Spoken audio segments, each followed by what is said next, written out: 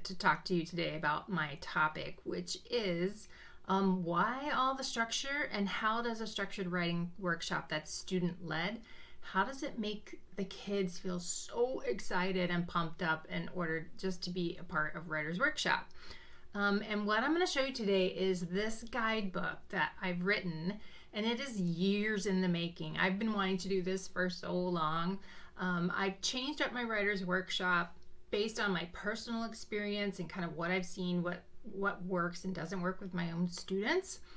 And I changed it so that it's student-led and it's structured with these certain like time frames and how I set it up and which ones they can choose and all these different things. Very structured, except that within that structure there's a lot of choice and they enjoy it so much. We just have a blast. I am finally just so in love with Writer's Workshop and teaching writing. So I wanted to share this with people for a long time, and I've been talking about it, and I've had a bunch of teachers who came to me and said, you know, it'd be really great if you could put this all written down in one spot. And I started this blog, and then I started this YouTube channel and everything. And I had other teachers saying, do you have anything where you could put this in one spot so I could get all the information?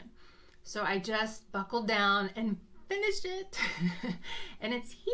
So if you're watching it, it's finally done. So today in this video, I'm going to show you what's inside the workshop and how I break down this guidebook.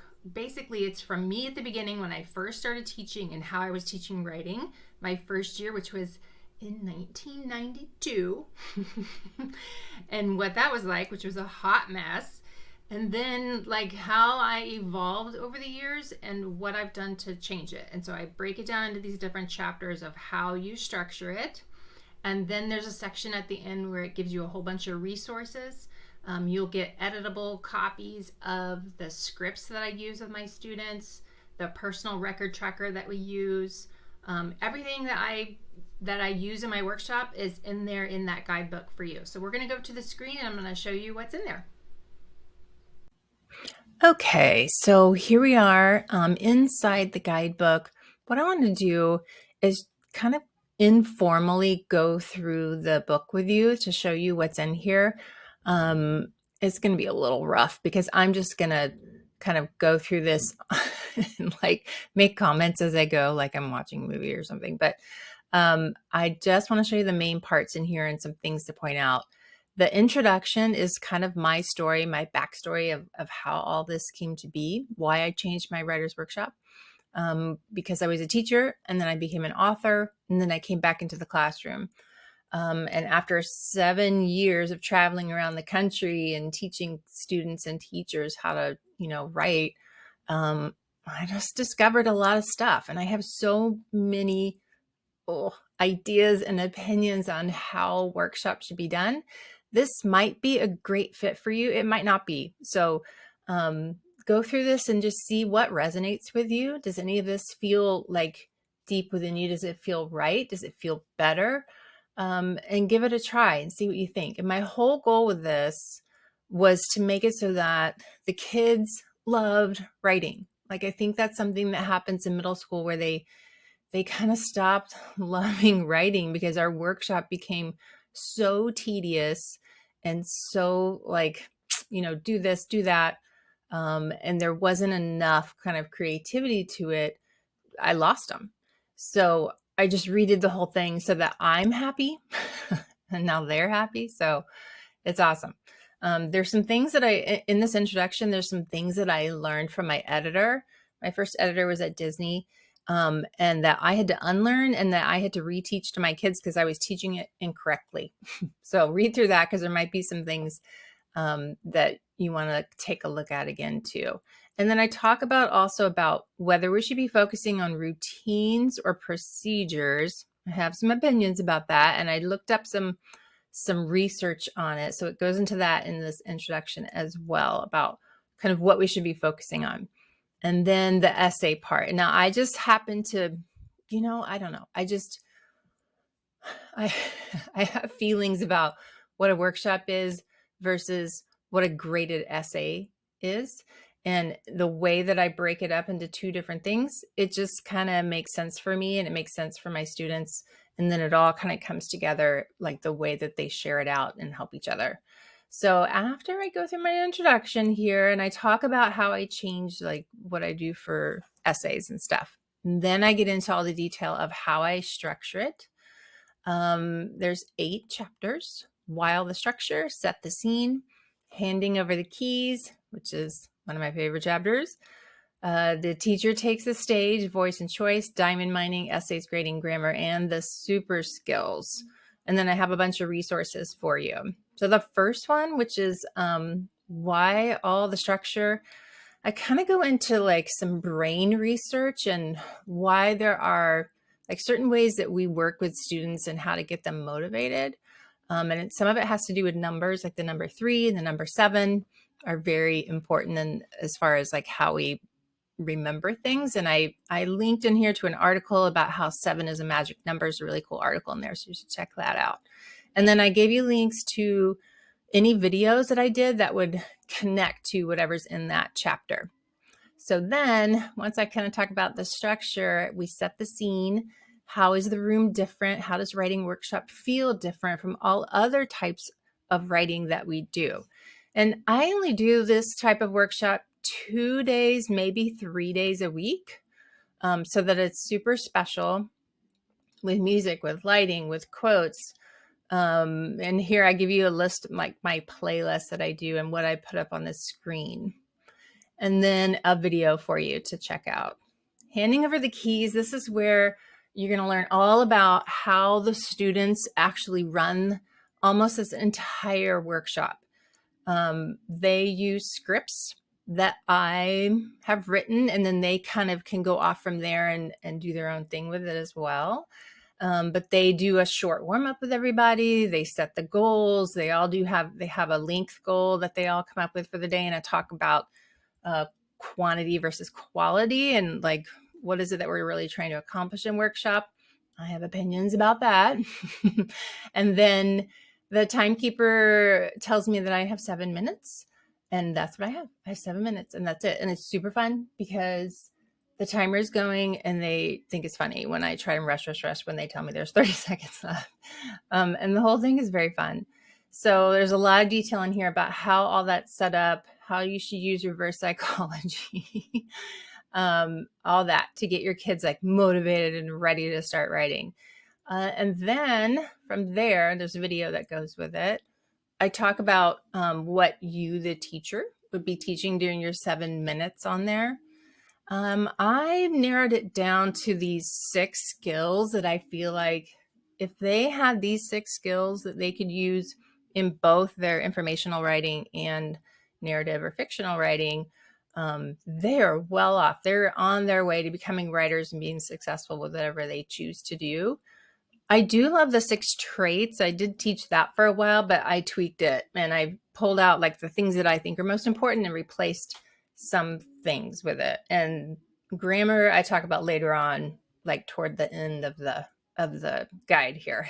So these are the 6 things, and you can click on it and it'll give you a copy in your own Google Drive. Okay, and then from here, we move into chapter 5, which is voice and choice. And this is where I talk about what it is that they are going to be writing about and how you've used a little reverse psychology to get them to do it in the first place. And we narrow it down to like these 3 different, I call them 3 streets that they can go down, their paths that they can choose: genre street, rant and rave road, spinner and dare drive. And then I go into a description of all of these different 3 roads that they can go down. And honestly, the rant and rave road was a game changer for me. It's what helped me scoop up those kids who were really having a hard time coming up with anything to write, because the goal is to get them writing. And like, if our workshop is just stressful and tenuous, and it's, it's not motivating and it's not fun, we're not going to get anything out of them. So where are we going to go from here? So the rant and rave one is huge. It really changed things for me.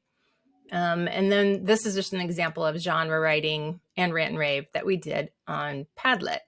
And then I give you some examples of how to use spinners, and then how to use writing dares and prompts to also then scoop up the rest of your kids who are still struggling and not knowing what to write about or not feeling motivated to write at all.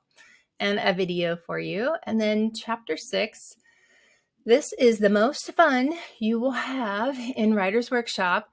I talk about how you're mining for diamonds. So you're looking for the sparkling writing, that amazing stuff that's like is wowing you that day.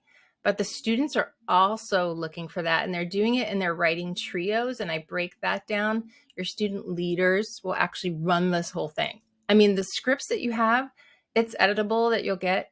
I mean, they just run itself. They just read it and the kids do it. And I'm in the background kind of making sure everything's running smoothly. But once they get into their trios and they're sharing out and they're finding their diamonds, the last part is for me to find my final diamond and just read this part here. It's the most fun. It's where we get really, it's just like the whole class kind of comes together, and it's really good SEL. Also, it's team building. There's a connection there. They're supportive. They're cheerleading. It's awesome. And then I talk about my feelings about essays, grading, and grammar, and what I do with my essays and how I break them down.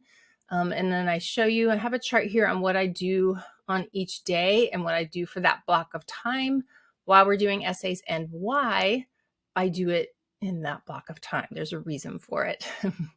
But there is also grading that I do with a formative assessment of the 6 skills that I teach them in the workshop. Once a month, they do submit a piece of writing to me. So the more they write during workshop, the less work they have to do when they get graded on it. And then I talk about where and how I tackle grammar. And then in this final one here, I go through each of the 6 skills that I focus on and why I find as a teacher and an author, these 6 particular ones, if they can get these, they are on the right path. So it's voice, it's hooks, which I feel like we're not putting enough emphasis on. And we do so much work with hooks like that. It's funny, when my 8th graders left me last year, I asked them what do they remember most. They're like, hooks. Mrs. Mellon loves her hooks. So it's huge. And it's super fun the way you can do it. Sentence complexity, so important. Figurative language, vivid imagery, and show, don't tell. And I talk about what I learned from my publisher about show, don't tell, and how to use dialogue, because I was teaching like how to do dialogue. Part of it, I was doing that incorrectly. So I learned a lot from my editors. So there's some stuff in there that you could use in your classroom. And then some thoughts. And finally, I have your 6 resource goodies that you'll just be able to click on and have access to all of these and change them how you want. So this is how I set up my writing groups, writing trios.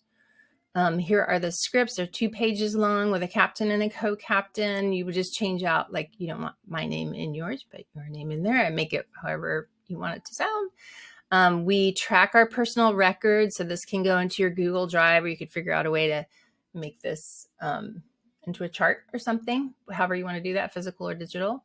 Here are the 6 skills. Here's the formative assessment I give them every month. You can have that. And your Woobus chart of how they're going to do sentence complexity. This really helps with that. So that is what is in the guide. And I hope you all find this really, really helpful.